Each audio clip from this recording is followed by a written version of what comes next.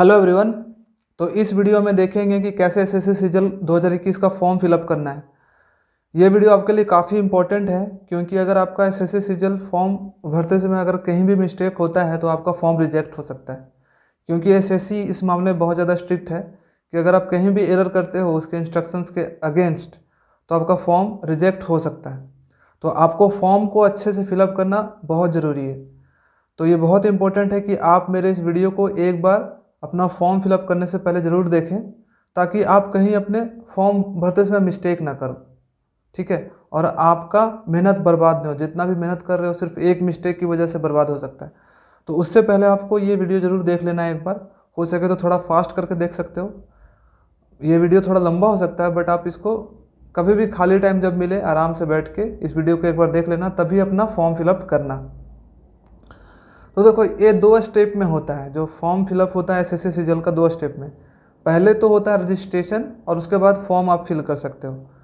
तो जो बच्चे पहले से अपना एग्ज़ाम दे चुके हैं एसएससी का, या फिर एसएससी 2020 का दे चुके हैं, सीपीओ कोई भी एग्ज़ाम फेज 9 का फॉर्म भर चुके हैं, तो उनके पास ऑलरेडी एक रजिस्ट्रेशन आईडी और पासवर्ड होगा जिससे कि वो लॉगिन करके सीजीएल का फॉर्म फिलअप कर सकते हैं। लेकिन जो बच्चे एकदम नए नए पहली बार फॉर्म फिलअप कर रहे हैं सीजीएल का, सीएचएसएल का, पहले बार वेबसाइट में अपना फॉर्म फिलअप कर रहे हैं, कभी फॉर्म नहीं फिलअप किया है, तो उनके लिए क्या करना पड़ेगा? सबसे पहले उनको रजिस्टर करना पड़ेगा अपने आप को। उनको अपना डिटेल्स देना पड़ेगा। तो सबसे पहले हम लोग क्या करते हैं, रजिस्ट्रेशन सीखते हैं जो बच्चे नए हैं। तो जो लोग ने रजिस्ट्रेशन कर लिया तो आप लोग डायरेक्ट लॉगिन वाले पेज पे जा सकते हो, आगे वीडियो के आगे में है। तो मैं अभी रजिस्ट्रेशन के बारे में बताना हूँ कि रजिस्ट्रेशन आपको कैसे करना है सही तरीके से, ताकि आपका कहीं भी मिस्टेक ना हो। तो आपको पता है कि कौन सा वेबसाइट पे जाना है? ssc.nic.in पे जाना है। आप ssc.nic.in जब गूगल पे लिखोगे तो अपने आप ये वेबसाइट आ जाएगा, और यही वो वेबसाइट है जो आपको आपका जो सपना है पूरा कर सकता है। तो इस वेबसाइट के साथ टच में रहना बहुत इंपॉर्टेंट है। मैं अपने प्रिपरेशन के टाइम पे हमेशा इस वेबसाइट पे एक दिन दो दिन पे ज़रूर एक बार देख लेता था कि कुछ नोटिफिकेशन तो नहीं आया, कुछ एग्जामिनेशन कैलेंडर तो नहीं आया। और एक जो कोड था जो हमेशा मैं पढ़ता था, यहाँ पे जो कोड है आप पढ़ लेना एक बार वेबसाइट पे जाके, बहुत ही मोटिवेटिंग कोड है। तो आपको रजिस्ट्रेशन कहाँ करना है? टॉप राइट कॉर्नर में, यहाँ पे नीचे में, यहाँ पे लिखा हुआ है नीचे में न्यू यूज़र रजिस्टर नाउ। तो आपको इस पर क्लिक करना है। आप एक पेज पे चले जाओगे, नेक्स्ट पेज पे आपको बेसिक डिटेल पहले फिल करना है। ओके, बेसिक डिटेल्स में आपको क्या क्या फिल करना है? सबसे पहले तो आधार, अभी बहुत ज़्यादा इंपॉर्टेंट है। तो आपको एक आईडी के लिए आधार देना पड़ेगा। तो डू यू हैव आधार? तो अगर है तो यस करें। यस करोगे तो आधार नंबर इंटर करने का आएगा, आधार इंटर कर दोगे। फिर वेरीफाई आधार नंबर, वेरीफाई मतलब सेम आधार नंबर यहाँ पे भी लिखना है। जब तक दोनों मैच नहीं करेगा तब तक आप आगे नहीं बढ़ पाओगे फिर। ठीक है, उसके बाद अगर आपका आधार नहीं है तब आपको दूसरा आईडी को फिल करना है, सिलेक्ट करना है। अगर नो करोगे तो दूसरा आईडी का ऑप्शन आएगा, जैसे कि पैन कार्ड, वोटर आईडी, आपके पास ड्राइविंग लाइसेंस जो है, और उसका आईडी नंबर आपको फिर लिखना है। तो आपको आधार कार्ड बनाना है। आधार कार्ड बहुत इंपॉर्टेंट है, आधार कार्ड से ही यूज़ करना है अगर आपके पास है तो। उसके बाद नेम लिखना, आपका जो भी नेम है आप लिख लो। और वेरीफाई नेम, याद रखना जो चीज़ लिखा हो कि आपका जो नाम है वो टेंथ सर्टिफिकेट में आपने जो नाम लिखा है एग्जैक्टली वो होना चाहिए, इधर उधर डिफरेंस नहीं होना चाहिए। ऐसा नहीं कि आप अपना अलग नाम कहीं और जो लिखते थे वो लिख दिया आपने।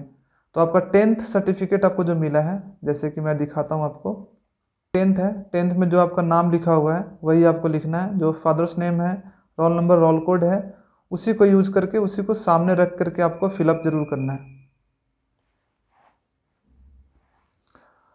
अब उसके बाद हो गया, आपका नाम हो गया। फिर have you change your name, verify name भी है, आपको सेम नेम दोबारा भी लिखना है, आपका अपना नाम। उसके बाद have you ever change your name, क्या आपने अपना नाम कभी चेंज किया है? तो जनरली नहीं चेंज करते हैं, आपका सर्टिफिकेट का नाम तो चेंज नहीं होता है, तो नो। अगर चेंज किए होगे तो यस करना पड़ेगा। फिर उसके बाद दूसरा नाम जो चेंज किया हो वो लिखना पड़ेगा। फिर फादर्स नेम आपको लिखना है कि आपका फादर्स नेम क्या है, और ये भी एग्जैक्टली वही लिखना है जो आपका सर्टिफिकेट में है, टेंथ का सर्टिफिकेट में। और आपको मिस्टर, श्री, लेट ये सब आपको नहीं लिखना है, डायरेक्ट नाम लिखना है। ऐसा नहीं कि श्री रामविलास पासवान, ऐसा नहीं। रामविलास अगर पासवान है तो रामविलास पासवान लिख दिया। ठीक है, वेरीफाई फादर नेम फिर सेम लिखना है। मदर्स नेम आपको लिखना है वही जो आपका सर्टिफिकेट में है, 10th का सर्टिफिकेट में। अगर आपका 10th का सर्टिफिकेट नहीं है तो कोई भी सर्टिफिकेट में जो नंबर है, नाम लिखा हुआ होगा माँ का, वही लिखना है, मदर का नाम। और मिस्टर मिसेस ये सब आपको नहीं लगाना है। वेरीफाई मदर नेम वही सेम चीज़ यहाँ पे लिखना है।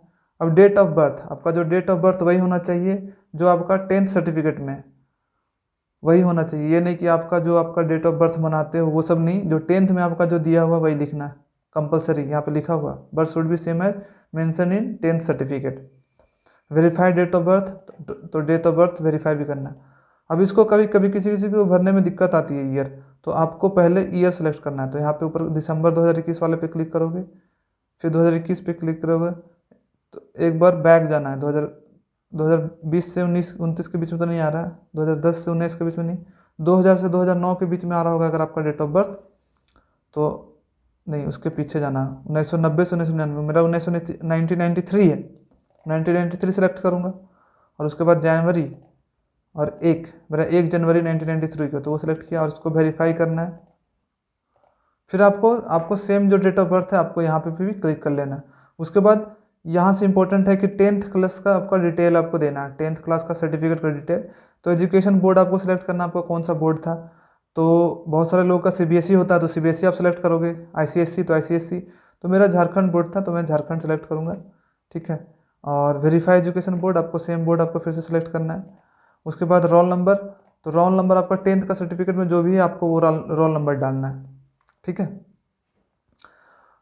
और तो रोल नंबर के बीच में बोल रहा है कि कभी भी कोई स्पेशल करेक्टर यूज नहीं करना है। रोल नंबर सीधा आपको जो भी है वो आपको डायरेक्ट 10th का सर्टिफिकेट में आपको मिल जाएगा रोल नंबर, ओके। और अगर रोल नंबर और रोल कोड दोनों दिया हुआ है तो आपको क्या करना है, पहले रोल कोड लिखना है फिर डैश रोल नंबर। जैसे कि मैं अपना दिखाता हूँ, तो मेरा roll code and roll number दोनों दिया हुआ, तो मुझे 1172-0-202 तो पूरा लिखना है। 0 अगर दिया हो तो आपको 0 भी लिखना है, 0202 ये। तो रोल कोड पहले लिखना मुझे अपना 1172-0202 ये मुझे लिखना है। वेरीफाई रोल नंबर फिर से सेम ही आपको लिखना है, 1172-0202। पासिंग ईयर, आपका जो भी सर्टिफिकेट में 10th का सर्टिफिकेट में पासिंग ईयर हो आपको वही लिखना है, ठीक है। आपको डेट नीचे मेंशन किया रहता है, जैसे कि यहाँ पे आपको देखो डेट आपको मेंशन होगा यहाँ पे, जैसे 10th का सर्टिफिकेट में कहीं ना कहीं डेट जरूर लिखा होगा, तो जो ईयर लिखा रहेगा आपको वही ईयर डालना है, ठीक है, पासिंग ईयर। तो आपको पासिंग ईयर जैसे मेरा 2008 था तो मैंने 2008 लिख दिया। वेरीफाई फिर से वही ईयर लिखना है। जेंडर तो आप लिख सकते हो, ठीक है, वेरीफाई जेंडर। अब लेवल ऑफ एजुकेशन क्वालिफिकेशन, इसमें क्या है ये इंपॉर्टेंट है कि आपको हाईएस्ट क्वालिफिकेशन क्या है, आपने सबसे ज़्यादा पढ़ाई कितने लेवल तक की है, तो 10th 12th ग्रेजुएशन, तो इसमें अपना हाईएस्ट क्वालिफिकेशन देना है। तो जो लोग अपियरिंग हो, जो 3rd ईयर में हो, 2nd ईयर हो, ग्रेजुएशन कर रहे हो, उसको भी ग्रेजुएशन लिखना है, ठीक है। नहीं तो अगर आप 10th+2 लिखोगे यानी कि 12th लेवल तक का, तो आपको उसी के फॉर्म आपको भरने के लिए अलाउड होगा। तो आपको अगर आप चाहते हो कि आप अपना एग्ज़ाम दो, अपियरिंग हो, इसका एग्ज़ाम दो SSC का, तो आपको ग्रेजुएशन फिल करना है, ठीक है। अगर आप ग्रेजुएशन पढ़ रहे हो तब, अगर आप ग्रेजुएशन में गए भी नहीं हो, 12th ही किए हो अभी बस, एडमिशन भी नहीं करवाओ ग्रेजुएशन में, तो आपको 12th ही भरना है। फिर अपना मोबाइल नंबर को वेरीफाई करना है, और अपना मोबाइल नंबर वही देना है जिसमें कि मैसेज आता हो, और ऐसा नंबर नहीं देना जिसमें मैसेज वैसेज नहीं आता हो, क्योंकि हमेशा उस पर आपको OTP आएगा, मैसेज आएंगे, तो आपको वैलिड नंबर देना है। और ईमेल आईडी भी आपको बना लेना है, अगर ईमेल आईडी आपने नहीं बनाया तो, और उस ईमेल आईडी को सेफ रखना है और उसके पासवर्ड को, क्योंकि उस पर आपका रजिस्ट्रेशन और पासवर्ड आपका आएगा। फिर सेलेक्ट UT परमानेंट एड्रेस, तो स्टेट UT, तो आपका जो भी स्टेट का परमानेंट एड्रेस है आपको वो सिलेक्ट कर लेना है। तो जैसे मेरा झारखंड है तो मैंने झारखंड कर लिया, वहाँ का परमानेंट एड्रेस है। तो आपका जो भी परमानेंट एड्रेस आधार कार्ड में दिया होगा वो आप सेलेक्ट कर लेना। उसके बाद जब सेव करोगे तो आगे आपको क्या आएगा, OTP आएगा वेरिफिकेशन के लिए, आपको मोबाइल पे OTP आएगा प्लस साथ में email ID पे आएगा। तो आपको वो OTP को डाल के वेरीफाई कर लेना है। अब उसके बाद जो क्या आता है वो मैं बताता हूँ। उसके बाद जो आता है एडिशनल एंड कॉन्टैक्ट डिटेल्स, उसके बाद लास्ट में फ़ोटो एंड सिग्नेचर का डिटेल। तो अब हम एडिशनल एंड कॉन्टैक्ट में जाते हैं।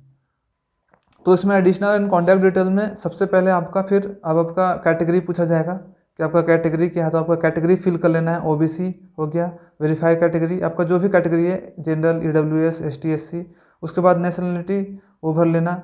आइडेंटिफिकेशन मार्क, आपका जो भी कुछ भी आइडेंटिफिकेशन मार्क है वो आपको लिखना है। मान लो आपका कट मार्क है नोज़ में, तो आपको कट मार्क ऑन नोज़ लिखना है। अगर आपका कुछ मोल मार्क है हेड में, जैसे मेरा फोरहेड में मोल मार्क है, मोल है मतलब तिल है, तो इसलिए मैंने मोल मार्क ऑन फोरहेड लिखा। तो आपका वही लिख सकते हो, कट मार्क, कुछ भी जो आपका बॉडी में कुछ निशान वगैरह हो तो आप लिख सकते हो। Are you person with benchmark disability, तो डिसेबिलिटी के लिए है। अगर आप डिसेबल हो किसी तरह से, आप ब्लाइंड हो, लो विजन हो, डीफ हो, आप चल नहीं सकते हो, पैर जो भी है, आप अगर दिव्यांग हो तो उसके लिए भी है। तो यस नो, अगर यस है तो यस करो, फिर उसके बाद टाइप ऑफ डिसेबिलिटी आएगी, किस टाइप का आपका डिसेबिलिटी है वो सिलेक्ट करना है, नहीं तो नहीं। लेकिन आपको डिसेबिलिटी के लिए डिसेबिलिटी सर्टिफिकेट भी आपका होना चाहिए। अगर आपका सर्टिफिकेट नहीं होगा तो आप वैलिड नहीं होगा। अभी से ही आपको वो सर्टिफिकेट नंबर डालना पड़ेगा और वही सर्टिफिकेट को आपको डॉक्यूमेंट वेरिफिकेशन के समय दिखाना है। तो अगर आपका नहीं होगा तो आपको नो करना है, अगर आपका है तो यस कर लेना है। और परमानेंट एड्रेस फिर अपना भर लेना है, जो भी आपका है, स्टेट, डिस्ट्रिक्ट, रांची, जो भी अपना वो तो फिल कर लोगे। अगर आपका permanent and present address same है तो यस कर देना, वही फिल हो जाएगा दोबारा। ओके, फिर आप इसके बाद क्या आएगा, नेक्स्ट करोगे, सेव एंड नेक्स्ट। तो आपका फिर फ़ोटो डिटेल आएगा, फ़ोटो एंड सिग्नेचर। तो आपको रखना है स्कैन करके उसको, और उसका जो साइज़ होना चाहिए फ़ोटो का 20 से 50 KB और सिग्नेचर का 10 से 20 KB के बीच में। और ये देखना है कि आपका क्लियर होना चाहिए। तो ये जो फ़ोटो सबसे ज़्यादा जो इम्पोर्टेंट है और सबसे ज़्यादा रिजेक्शन होता है फ़ोटो एंड सिग्नेचर की वजह से ही होता है। तो वो कैसा फ़ोटो चाहिए और कैसा आपको सिग्नेचर होना चाहिए वो मैं आपको फॉर्म फिलअप करते समय बताऊंगा। तो ये हो गया रजिस्ट्रेशन के बाद। जब आप पूरा कंप्लीट कर लोगे, फ़ोटो एंड सब चीज़ कर लोगे, रजिस्ट्रेशन कर लोगे, तो आपको क्या, आपके मोबाइल पे और आपके ईमेल आईडी पे रजिस्ट्रेशन एंड पासवर्ड चला जाएगा। ये रजिस्ट्रेशन नंबर जैसे मेरा ये है, उसी तरह से पासवर्ड भी आपको दिया जाएगा। या तो खुद बना सकते हो या फिर आपको एक पासवर्ड भी दिया जाएगा। उस पासवर्ड को हमेशा नोट डाउन करके रख लेना किसी डायरी में, क्योंकि वही यूज होगा हमेशा। अगर अगले साल भी फॉर्म भरोगे सीजीएल 2022 भी, तो यही रजिस्ट्रेशन यूज होगा, नया नहीं करना है हर बार। एक ही रजिस्ट्रेशन से सारे पोस्ट को आप फिल कर सकते हो, CHSL के भी सारे इसी से। तो इसको सेफ रखना बहुत इंपॉर्टेंट है, और उसका पासवर्ड भी, तभी आपका ओपन होगा। अब हम चलते हैं फॉर्म कैसे फिलअप करना है। ये रजिस्ट्रेशन की बात हो गई। अब हमको फॉर्म फिलअप पे चलते हैं। रजिस्ट्रेशन आपका हो गया, सारा चीज़ डिटेल हो गया, अच्छे से सारा चीज़ कर लिया, तो अब फॉर्म पे चलते हैं। सबसे ज़्यादा इंपॉर्टेंट है आपको फ़ोटो एंड सिग्नेचर सही होना चाहिए, नहीं तो उसी से सबसे ज़्यादा रिजेक्शन होता है। अब हम फॉर्म फिलअप करने के लिए चलते हैं। तो फिर से SSC का वेबसाइट पे खोलना है। अब यहाँ पे आपको न्यू नहीं करना है, अब आपको लॉगिन करना है। लॉगिन के लिए आपको रजिस्ट्रेशन नंबर आपको यहाँ डालना है और पासवर्ड यहाँ डालना है, और इसको इंटर करना है जो भी यहाँ पे लिखा हुआ है, GKEJY।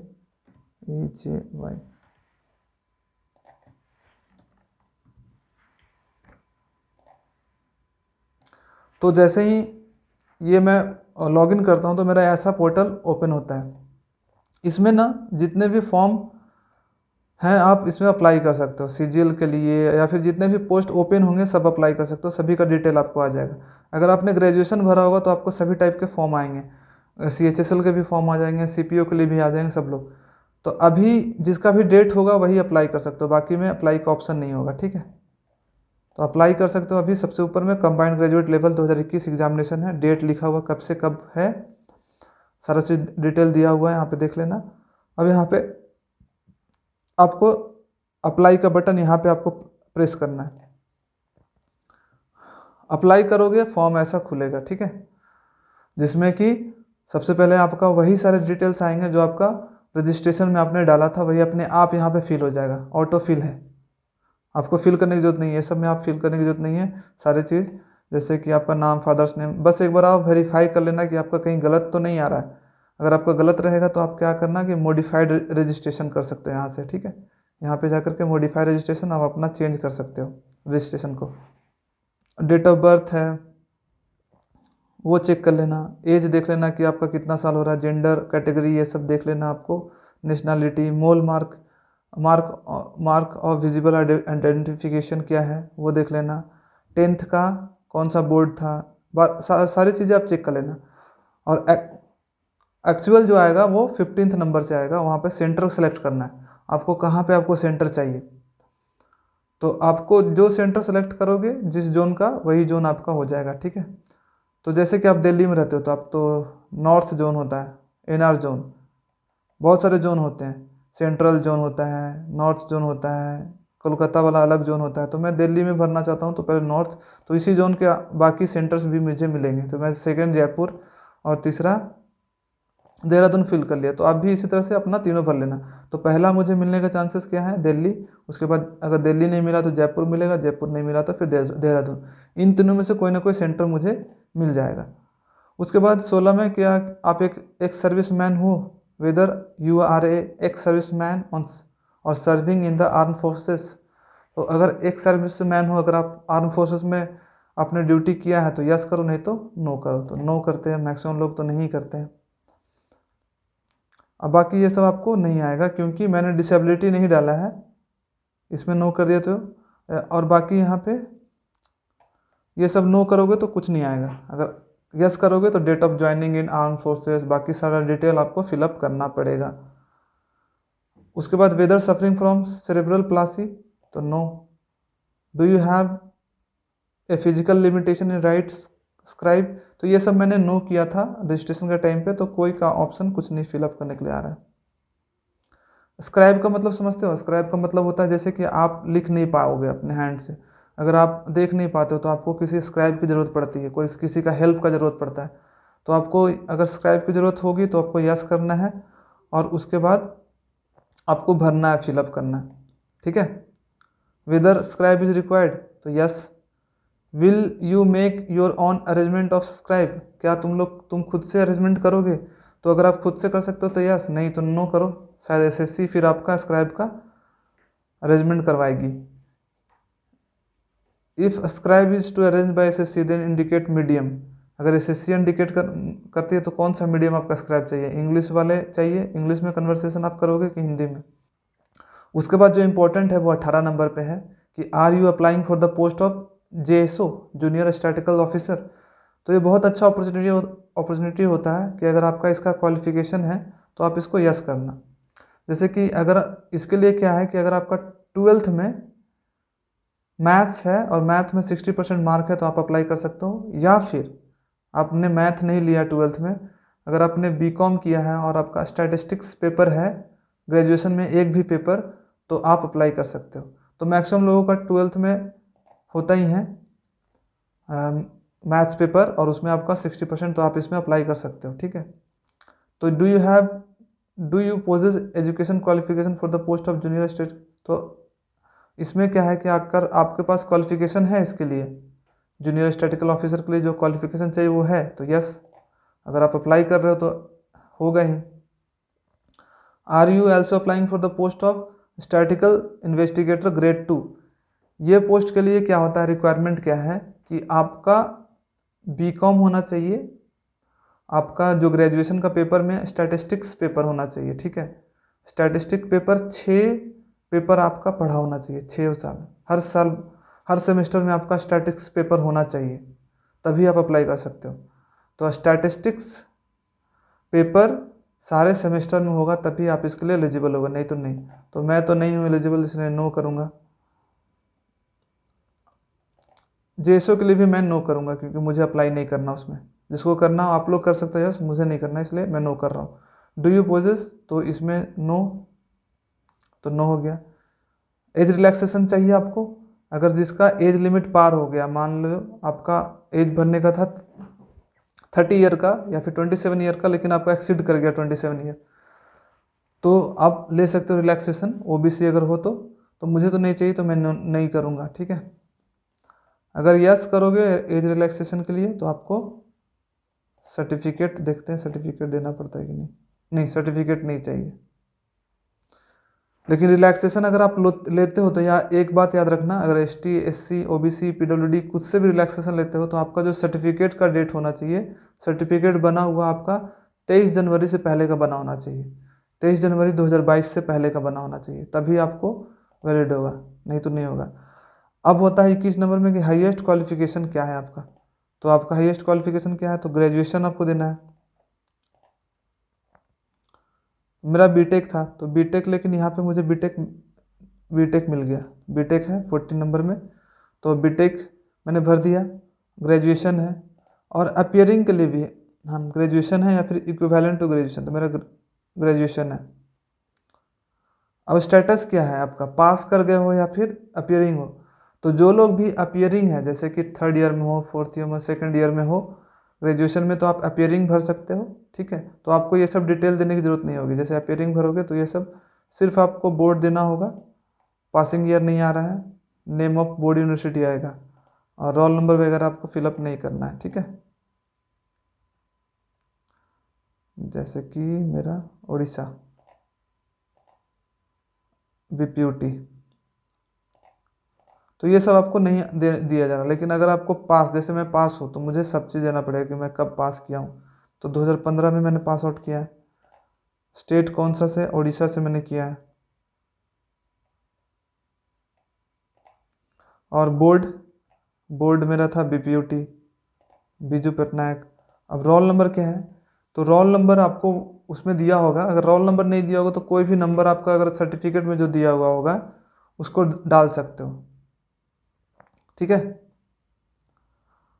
तो जैसे कि मेरा रजिस्ट्रेशन नंबर दिया हुआ तो मैं वही डालूँगा। तो हमारे टाइप में रोल नंबर नहीं होता था, रजिस्ट्रेशन नंबर था, तो मैं इस रजिस्ट्रेशन नंबर को फिल करूँगा 110 110 120 9196, ठीक है। और उसके बाद परसेंटेज तो मेरा जो था, या तो परसेंटेज आप डाल सकते हो या फिर CGPA डाल सकते हो। तो मेरा CGPA था 8.33, तो मैंने वही डाल दिया। कोई एक का ऑप्शन देता है, ठीक है। तो अगर जैसे जिसने बीटेक किया होता है उनको CGPA आता है, जो अगर परसेंटेज का देने का होगा परसेंटेज, तो परसेंटेज भी दे सकते हो। तो मैंने CGPA डाल दिया। Do you want to make your information personal, तो इसमें आपको नो करने की जरूरत है, आप नो कर दो, कोई ज़रूरत नहीं है। आपका क्या होता है कि आपका जो डिटेल्स है, आपको बहुत सारे वैकेंसीज कुछ कुछ आती है स्टेट्स वगैरह इधर उधर की, तो आपको मैसेज आता रहेगा हमेशा जीमेल पे। तो अगर आपको यस करना है तो कर दो, नहीं तो नो। और उसका ज़्यादा कुछ फ़ायदा नहीं होता है, तो आपको नो ही करना चाहिए। फिर उसके बाद आपको क्या करना है, कॉरस्पॉन्डेंस एड्रेस है आपका, परमानेंट एड्रेस है, आपको एक बार वेरीफाई कर लेना है। ये सब डिटेल वहीं से लिया गया है जहाँ से रजिस्ट्रेशन आपने किया था, ठीक है। तो अपना देख लेना, मोबाइल नंबर ज़रूर चेक कर लेना, और ईमेल आईडी मैंने यहाँ पे हाइड कर दिया है क्योंकि मेरा ये पर्सनल है। और जो सबसे ज़्यादा इम्पोर्टेंट है, जो भी सबसे ज़्यादा इम्पोर्टेंट है, जहाँ पे सबसे ज़्यादा रिजेक्शन होते हैं, जहाँ पे सबसे ज़्यादा लोग छटते हैं फॉर्म में, वो होता है वही फोटोग्राफ एंड सिग्नेचर में। क्योंकि लोग सही से फ़ोटो एंड सिग्नेचर नहीं डालते हैं, या तो बहुत बड़ा या तो बहुत छोटा। तो मैं आपको बताता हूँ किस टाइप का डालना है। आपका जो फ़ोटो का होना चाहिए, फ़ोटो तभी अपलोड होगा जब 20 KB से 50 KB का साइज़ होगा फ़ोटो का, और सिग्नेचर 10 से 20 KB का। तो मैंने पहले ही उस साइज़ का फ़ोटो बना चुका हूँ। तो मैं यहाँ पे सेलेक्ट करूँगा डायरेक्ट 17-24 KB का, मेरा 24 KB का है। तो देखो, अब फ़ोटो ऐसा होना चाहिए कि आपको क्लियरली सब चीज़ दिखे, आपका फेस क्लियर दिख रहा हो, बैकग्राउंड में कुछ ज़्यादा नहीं, आपका कैप नहीं पहना होना चाहिए, बड़े बड़े ब्लैक कलर के चश्मे आपको नहीं पहनना है। अगर आप चश्मा भी पहनते हो तो वाइट वाला, जो कि पढ़ने वाला, वो होना चाहिए। सन ग्लासेस आपको नहीं पहनना है। आपका जो ईयर्स हैं दोनों दिखने चाहिए क्लियरली, और स्ट्रेट एक डिसेंट सा फोटो होना चाहिए, इधर उधर देखते हुए नहीं, स्ट्रेट फोकस सामने की तरफ, ना ऐसे देखना है ना ऐसे देखना है, ना नीचे की तरफ देखना है, ना ब्लर होना चाहिए। और आपका फ़ोटो क्लियरली यहाँ पे दिखना चाहिए। ये ध्यान में रखना कि आपको यहाँ पे दिखना चाहिए। बहुत छोटा भी नहीं होना चाहिए कि इतना छोटा कि मुझे खुद नहीं दिख रहा है स्क्रीन पे, और बहुत ज़्यादा बड़ा भी नहीं होना चाहिए कि आपका सिर्फ सर दिख रहा है, ठीक है। आपको शोल्डर वगैरह भी दिखना चाहिए। उसके बाद सिग्नेचर, तो सिग्नेचर भी आपको ऐसा डालना है, मैं दिखा देता हूँ।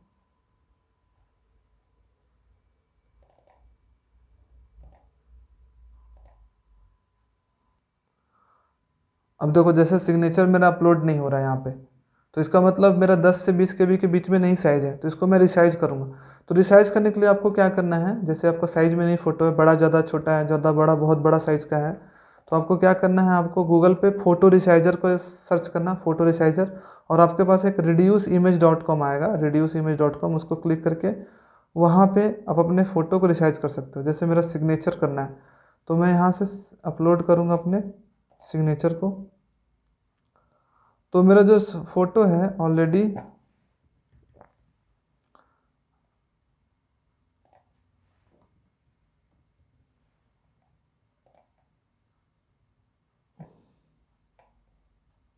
देखो इसका बड़ा भी साइज हो जा रहा है। देखो मेरा 9 KB का था, लेकिन ये बड़ा होकर के कितना हो गया, 43 KB का। तो इसको और कम करना पड़ेगा मुझे, इसे 80 करना पड़ेगा, 80। और रिसाइज फिर भी नहीं, इसका क्वालिटी को कम करना पड़ेगा मुझे, क्वालिटी 80 यहाँ करना पड़ेगा। तो ऐसे आप हिट एंड ट्रायल करके देख सकते हो। ये काफ़ी छोटा हो गया, 90 करना पड़ेगा।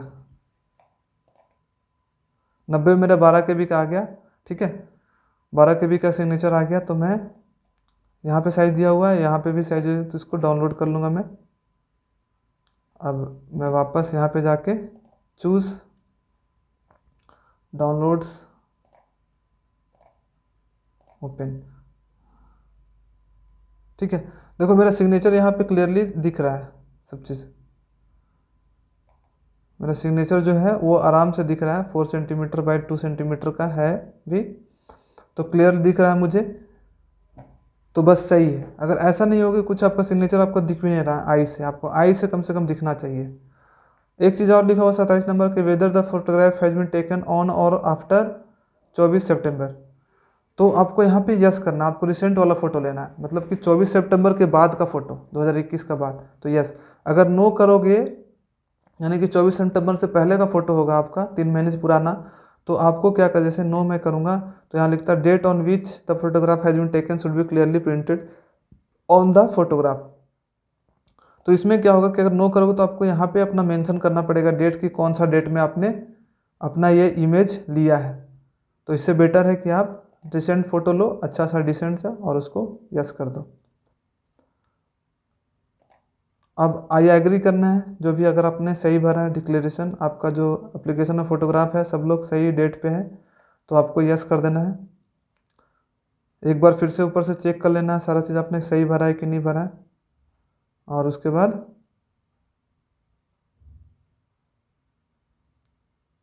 इस फॉर्म को यहाँ पे इंटर करके फिलअप कर देना, BLTJJ। और एक बार प्रीव्यू अपना ज़रूर देखना है कि आपने क्या क्या फिल किया, आपने सही जो डिटेल्स है वो फिल किया है कि नहीं, ठीक है। प्रीव्यू करके यहाँ पे आपको दिख जाएगा कि आपका पास ईयर कौन सा, उड़ीसा बीजू पटना का, रोल नंबर ये है, आपका CGP क्या है, बीटेक है, graduation, and no no no, बाकी सारी चीज़ें आपको देख लेनी है एक बार। तो यहाँ पे फ़ोटो देख लेना आपका सही दिख रहा है कि नहीं, और सिग्नेचर भी दिख रहा है कि नहीं। यहाँ पे जो मेरा सिग्नेचर थोड़ा सा ऐसा चौड़ा हो गया है, बट ये सिग्नेचर ऐसा नहीं होगा, क्योंकि यहाँ सही होगा मेरे सिग्नेचर, क्योंकि जब वहाँ पे मैंने डाला तो सही था। ये इसलिए ऐसा दिख रहा है क्योंकि इसमें जो ऐसा बनाया ही गया है स्ट्रक्चर, यहाँ पे ये अपने आप स्क्वायर शेप का बनाया गया है, इसलिए सिग्नेचर ऐसा दिख रहा है। बाकी मेरा सिग्नेचर सही है, क्लियर है, वाइट पेपर पे साइन किया हुआ है, ठीक है। Submit, okay. अब आ गया, सबमिट करने के बाद your application is provisionally accepted, do you want to proceed to payment. अब पेमेंट में जाना है, तो पहले एक बार आप प्रिंट भी कर सकते हो, यस भी कर सकते हो, नो भी कर सकते हो, तो यस कर देते हैं। अब आपका क्या करना है, जब एक बार हो गया सबमिट, फाइनल सबमिट, तो आपको फिर से जाना है, रजिस्ट्रेशन लॉगिन करना है, और यहाँ पे प्रिंट करके देखना है, ठीक है। प्रिंट आपको करके देखना है, आपका ऐसा आएगा कि आपका सारा चीज़ फॉर्म दिखेगा। जैसे मेरा फोटो दिख रहा है, नीचे सिग्नेचर आपको दिख रहा है, एकदम क्लियर सिग्नेचर, फोटो दिख रहा है टोटल, तो मेरा सही है, फोटो भी क्लियर एंड सिग्नेचर भी क्लियर। तो इसी टाइप का आपको दिखना चाहिए। अगर ऐसा नहीं दिखेगा, और बाकी चीज़ें भी आपको एक बार चेक कर लेनी कि मैंने सही लिखा है कि नहीं लिखा है, ठीक है, ओके। तो ये हो गया, एकदम क्लियर दिख रहा है, कोई दिक्कत नहीं है मेरा। अब हम लोग पेमेंट पे चलते हैं। उसके बाद क्या करना है, प्रोसेस, पेमेंट का प्रोसेस करना है सिर्फ।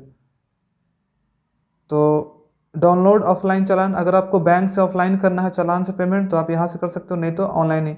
ऑनलाइन ही ज़्यादा बेटर रहता है, तुरंत हो जाएगा। ऑनलाइन करो। फ़ी पेमेंट ऑनलाइन या फिर ऑनलाइन, ऑनलाइन करना है। 100 रुपये का पेमेंट है, 100 रुपये का फॉर्म है तो 100 रुपये पेमेंट करना है। अब आपको इसमें से कोई भी पेमेंट आपको ऑप्शन चूज कर लेना है, जैसे कि SBI, कोई भी ऑप्शन से कर सकते हो। State bank credit card, other bank debit card, credit card.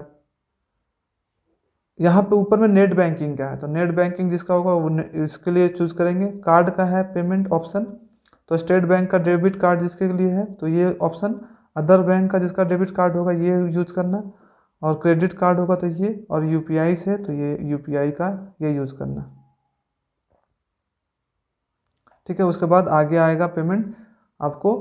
अब आप पेमेंट आगे कर लोगे, मुझे पता है। ठीक है, तो बाकी आप आगे पेमेंट अपना कर लेना।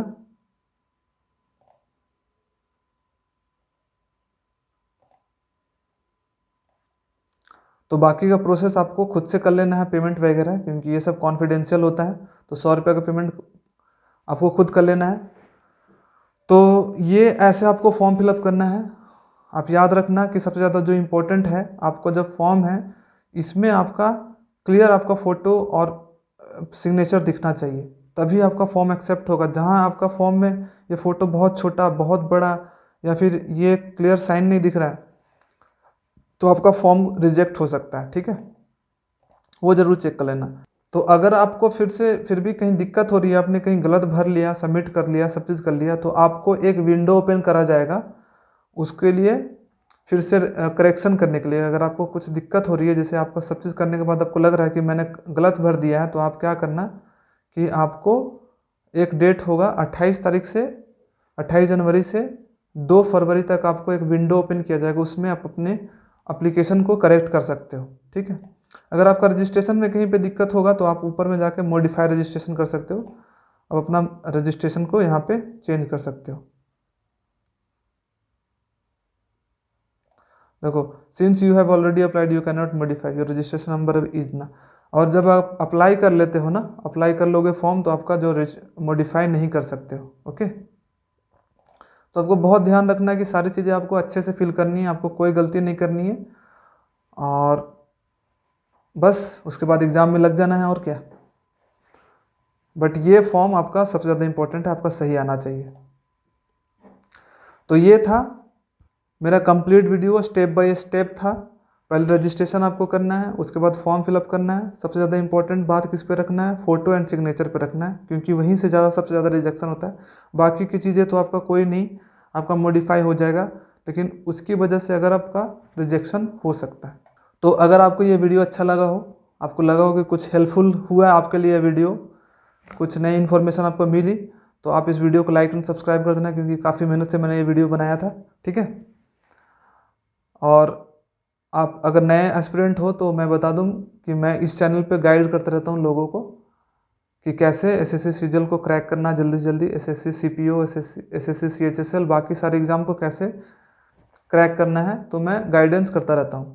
और बाकी मेरा एक टेलीग्राम चैनल भी है, उस पर सभी लोग सब मिलकर एक साथ प्रिपरेशन कर रहे हैं, तो आप उस चैनल को भी ज्वाइन कर सकते हो। उसका लिंक डिस्क्रिप्शन में है, या फिर आप 1000 अचीवर्स करके आप टेलीग्राम पे सर्च कर सकते हो, वो मिल जाएगा। ओके, और बाकी मेरे वीडियो देखो, मैंने कंप्लीट स्ट्रेटजी 2021 के लिए बना लिया है, फर्स्ट अटेम्प्ट में कैसे क्रैक करें। आपको डिस्क्रिप्शन में लिंक मिल जाएगा, या फिर मेरे चैनल पे विजिट कर सकते हो। बहुत सारे आपको अच्छे अच्छे वीडियो मिलेंगे, बहुत सारी स्ट्रेटजी मिलेगी, मेंस की स्ट्रेटजी मिलेगी।